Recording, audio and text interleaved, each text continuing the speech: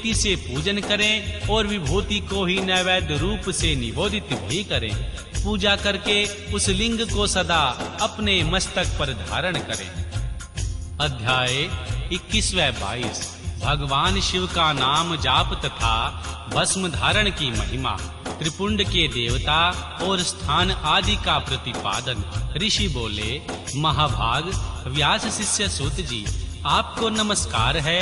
अब आप उस परम उत्तम भस्म महत्व का ही वर्णन कीजिए। भस्म महत्व, रुद्राक्ष महत्व तथा उत्तम नाम महत्व, इन तीनों का परम प्रसन्नता पूर्वक प्रतिपादन कीजिए और हमारे हृदय को आनंद दीजिए। श्री सूत जी ने कहा, महर्षियों, आपने बहुत उत्तम बात पूछी है।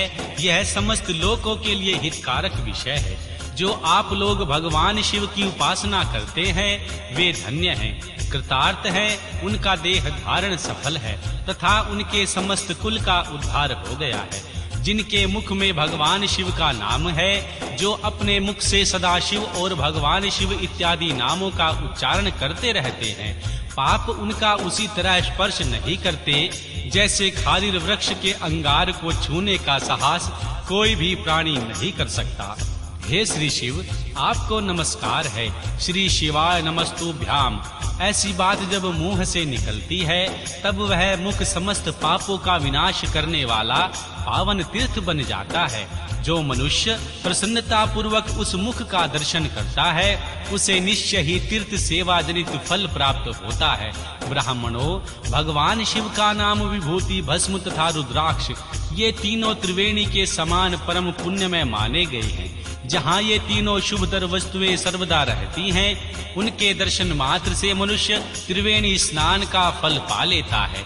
भगवान शिव का नाम गंगा है, विभूति यमुना मानी गई है तथा रुद्राक्ष को सरस्वती कहा गया है। इन तीनों की संयुक्त त्रिवेणी समस्त पापों का नाश करने वाली है। श्रेष्ठ ब्राह्मणों, इन तीनों की महिमा को सदस विलक्षण भगवान महेश्वर के बिना दूसरा कौन भली भांति जानता है। इस ब्रह्मांड में जो कुछ है वह सब तो केवल महेश्वर ही जानते हैं। विप्रगण, मैं अपनी श्रद्धा भक्ति के अनुसार संक्षेप में भगवान नामों की महिमा का कुछ वर्णन करता हूँ। तुम सब लोग प्रेम पूर्वक सुनो। यह नाम महत्व समस्त पापों को हर लेने वाला सर्वोत्तम साधन है। श्री शिव इस नाम रूपी दावानल से महान पताक रूपी पर्वत अनायास ही भस्म हो जाते हैं। यह सत्य है और सत्य है, इसमें कोई संशय नहीं है। श्री शौनक जी, पाप मूलक जो नाना प्रकार के दुख हैं, वो एकमात्र शिव नाम भगवान नाम से ही नष्ट होने वाले हैं। दूसरे साधनों से संपूर्ण यत्न करने पर भी पूर्णतः नष्ट नहीं होते। जो मनुष्य इस भूतल पर सदा भगवान शिव के नामों के जाप में ही लगा हुआ है, वह वेदों का ज्ञाता है, वह पुण्य आत्मा है, वह धन्यवाद का पात्र है तथा वह विद्वान माना गया है।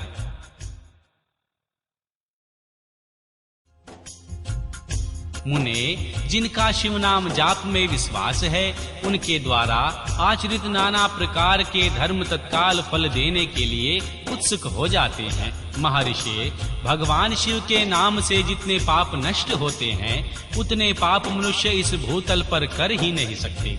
जो भगवान शिव नाम रूपी नौका पर आरूढ़ हो संसार रूपी समुद्र को पार करते हैं, उनके जन्म मरण संसार के मूलभूत के वे सारे पाप निश्चय ही नष्ट हो जाते हैं। महामुने, संसार के मूलभूत पातक रूपी पादकों का शिव नाम रूपी कुठार से निश्चय ही नाश हो जाता है। जो पाप रूपी दावानल से पीड़ित हैं, उन्हें शिव नाम रूपी अमृत का पान करना चाहिए। पापों के दावानल से दग्ध होने वाले लोगों को उस भगवान शिव नामामृत के बिना शांति नहीं मिल सकती। जो शिव नाम रूपी सुधा की वृष्टि जनित धारा में गोते लगाते हैं, वे संसार रूपी दावानल के बीच में खड़े होने पर भी शोक के भागी नहीं होते। जिन महात्माओं के मन में भगवान शिव के नाम के प्रति बड़ी भारी भक्ति है, ऐसे लोगों को सहसा और सर्वथा मुक्ति होती है। मुनीश्वरों, जिसने अनेक जन्मों तक तपस्या की है, उसी की भगवान शिव के नाम के प्रति भक्ति होती है, जो समस्त पापों का नाश करने वाली है। जिसके मन में भगवान शिव के नाम के प्रति कभी खंडित न होने वाली असाधारण भक्ति प्रकट हुई है, उसी के लिए मोक्ष सुलभ है, यह मेरा मत है। जो अनेक पाप करके भी भगवान शिव के नाम जाप में आदर पूर्वक लग गया है, वह समस्त पापों से मुक्त हो ही जाता है, इसमें कोई संशय नहीं है। जैसे वन में दावानल से दग्ध हुए वृक्ष भस्म हो जाते हैं, उसी प्रकार शिव नाम रूपी दावानल से दग्ध होकर उस समय तक के सारे पाप भस्म हो जाते हैं। हे शौनक जी, जिनके अंग नित्य भस्म लगाने से पवित्र हो गए हैं तथा जो भगवान शिव का नाम का जाप करने में लगा है, वह घोर संसार सागर को भी पार कर ही लेता है। संपूर्ण वेदों का अवलोकन करके पूर्ववर्ती महर्षियों ने यही निश्चित किया है कि भगवान शिव के नाम का जाप संसार सागर को पार करने के लिए सर्वोत्तम उपाय है। हे मुनीश्वरों, अधिक कहने से क्या लाभ है। मैं श्री शिव के नाम के सर्व पापहारी महत्व का एक ही श्लोक में वर्णन करता हूँ। भगवान शंकर के एक नाम में भी पाप हरने की जितनी शक्ति है, उतना पातक मनुष्य कभी कर ही नहीं सकता। मुने, पूर्व काल में महापापी राजा इंद्रक्षुम्न ने शिव नाम के प्रभाव से ही उत्तम गति प्राप्त की थी। उसी तरह कोई ब्राह्मणी युवती भी जो बहुत पाप कर चुकी थी, वह श्री शिव के नाम के प्रभाव से ही उत्तम गति को प्राप्त हुई। द्विजवरों, मैंने इस प्रकार तुमसे भगवान नाम के उत्तम महत्व का वर्णन किया है। अब तुम भस्म के महत्व का वर्णन सुनो, जो समस्त पावन वस्तुओं को भी पावन करने वाला है। महर्षियों, भस्म संपूर्ण मंगलों को देने वाला तथा उत्तम है। उनके दो भेद बताए गए हैं, उन भेदों का वर्णन भी मैं करता हूँ, सावधान होकर सुनो। एक को महाभस्म जानना चाहिए और दूसरे को स्वकल्प भस्म। महाभस्म के भी अनेक भेद हैं, वह 3 प्रकार की कही गई है, श्रोत, स्मार्त और लौकिक। स्वकल्प भस्म के भी बहुत से भेदों का वर्णन किया गया है। श्रोत और स्मार्त भस्म को केवल द्विजों के लिए ही उपयोग में आने योग्य कहा गया है।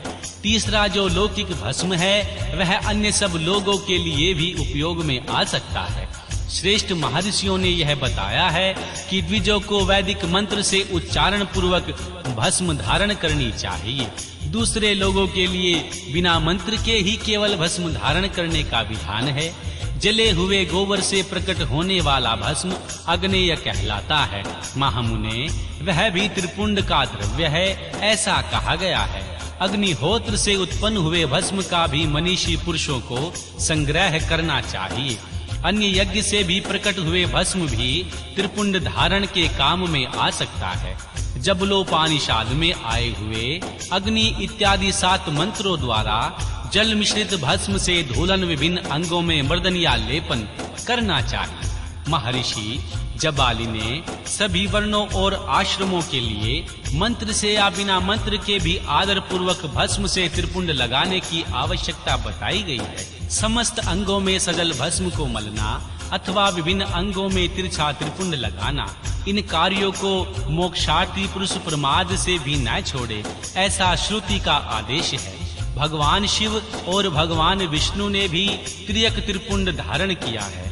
अन्य देवियों सहित माँ भगवती, उमा और देवी लक्ष्मी भी वाणी द्वारा इनकी प्रशंसा करती हैं। ब्राह्मणों, क्षत्रियों, वैश्यों, शूद्रों, वर्ण शंकरों तथा जाति भ्रष्ट पुरुषों ने भी उद्धूलन एवं त्रिपुंड के रूप से भस्म धारण किया है। इसके पश्चात भस्म धारण तथा त्रिपुंड की महिमा एवं विधि बताकर महर्षि सूत जी ने फिर कहा, महर्षियों, इस प्रकार मैंने संक्षेप से त्रिपुंड का महत्व बताया है। यह समस्त प्राणियों के लिए गोपनीय रहस्य है, अतः तुम्हें भी इसे गुप्त ही रखना चाहिए। मुनीश्वरों, ललाट आदि निर्दिष्ट स्थानों में जो भस्म से 3 तिरछी रेखाएं बनाई जाती हैं, उन्हीं को विद्वानों ने त्रिपुंड कहा है। भौहों के मध्य भाग से लेकर जहाँ तक भौहों का अंत है, उतना बड़ा त्रिपुंड ललाट में धारण करना चाहिए। मध्यमा और अनामिका अंगुली से 2 रेखाएं करके बीच में अंगुष्ठ द्वारा प्रतिलोम भाव से की गई रेखा त्रिपुंड कहलाती है। अथवा बीच की 3 अंगुलियों से भस्म लेकर यत्न पूर्वक भक्ति भाव से ललाट में त्रिपुंड धारण करें। त्रिपुंड अत्यंत उत्तम तथा भोग और मोक्ष देने वाला है।